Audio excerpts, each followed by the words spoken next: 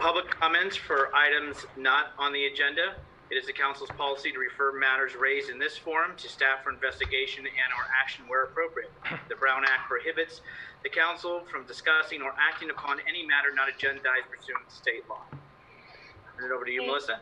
We do have two hands raised. The first is Stephen Seymour. Just one moment.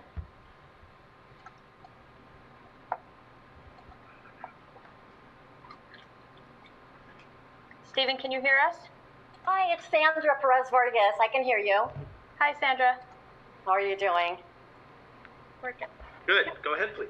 Great. Okay, I have just a couple suggestions. I've been spending a lot of time talking to merchants on San Mateo Avenue, and they're kind of excited about what Redwood City and the cities around us are doing, having outdoor seating for restaurants and coffee shops so they can safe distance and still, bring in more business. So that's one. Another thing, since we have such a budget crisis, I noticed that the Senior Center newsletter arrived, and it's being printed in colored ink. I think that's much more expensive than black ink. So, when you're looking to cut, this might be like the lowest hanging fruit to change that. And I also am making a special request. Maybe you guys can wave a magic wand. I would love, as many other people would love to see, is the pride flag flying over City Hall this June. We all need to be uplifted in one way or another, and this will be a great time for us to show unity with our LGBTQ community. And my last comment is about the Zoom meetings. I think it's great that we don't have to leave our houses to go to a meeting. We don't have to get in the car, waste gas, pollute our environment. So I'm hoping it is seriously considered, since we know these meetings work now, we're using them, that we continue to use them long after this virus is gone. As we saw with the school board meeting last week, when I've gone, there's a handful of people, maybe 3-4 parents, and my husband and myself, and we don't even have parents in the school district. They had over 200 people on Zoom. So I think this is a way to go. I mean, we've been asking for these type of services in the past. Now we know that they work so well. Let's keep the participation going and continue to use technology. Thank you. Thank you, Sandra. Okay, one moment.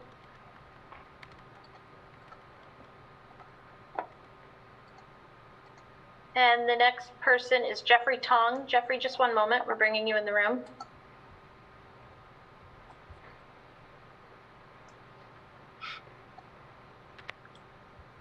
Jeffrey, I'm trying to unmute you. It's not unmuting. Are you able to unmute yourself?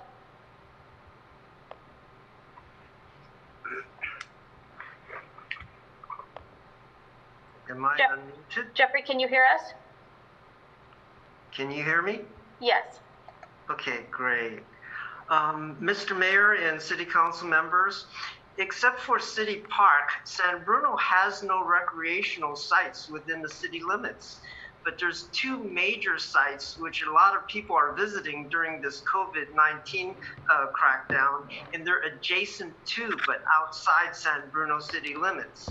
And they are Sweeney Ridge and Milagro Ridge. Between these sites sit Skyline College, and connecting Milagro and Sweeney is College Road. So I'm petitioning the City Council to allow our Colinas Costeras, the National Wildlife Federation's community wildlife habitat, to adopt College Road. This will be a community building project that will remove invasive and native plants, give neighbors practical hands-on skills to restore wildlife habitat on their own property, and motivate them to care for their community. With a budget deficit, this will help the city in maintaining public properties just by using volunteer services. So I ask that City Council put it on the next agenda to approve, and the details have been emailed to the City Council. Thank you very much. Thank you, Jeffrey. Okay, just one moment. The next hand up is Tim. Just one moment while we bring you in the room.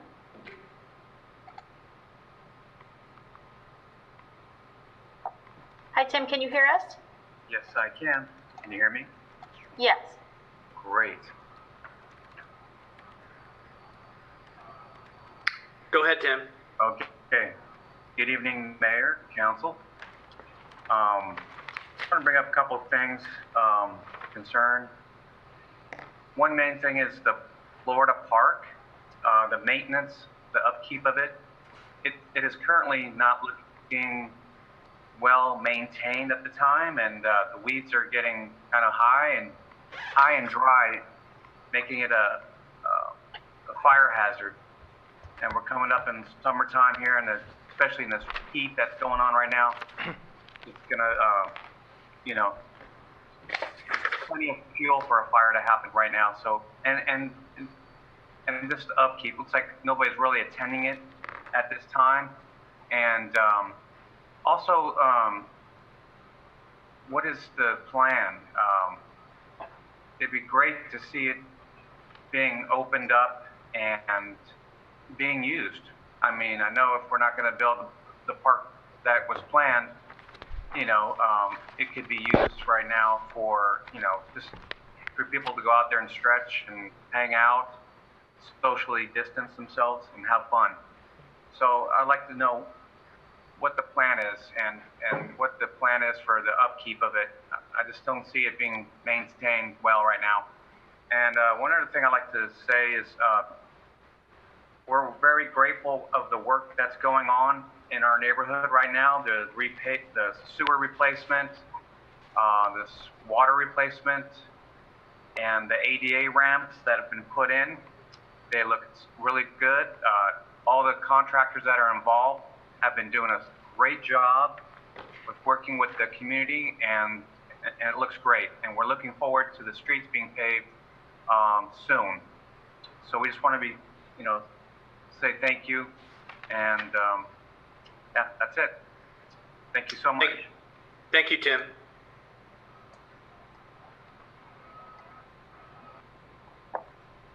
Okay, and then it looks like we have one more hand up, and that's Oros Harmon. Just one moment. Hi, Oros, can you hear us? Hey, good evening. Yes, I can. Whenever you're ready.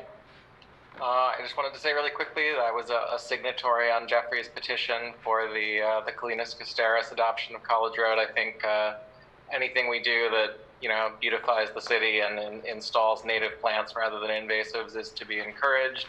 And that linkage up there, I've hiked in both those regions. They're beautiful, and linking them up for habitat would be great. I was also going to remark really quickly that as a member of one of our city's Brown Act bodies myself, I am totally in agreement with Sandra that encouraging online participation is a great idea, even after all this is over. We know that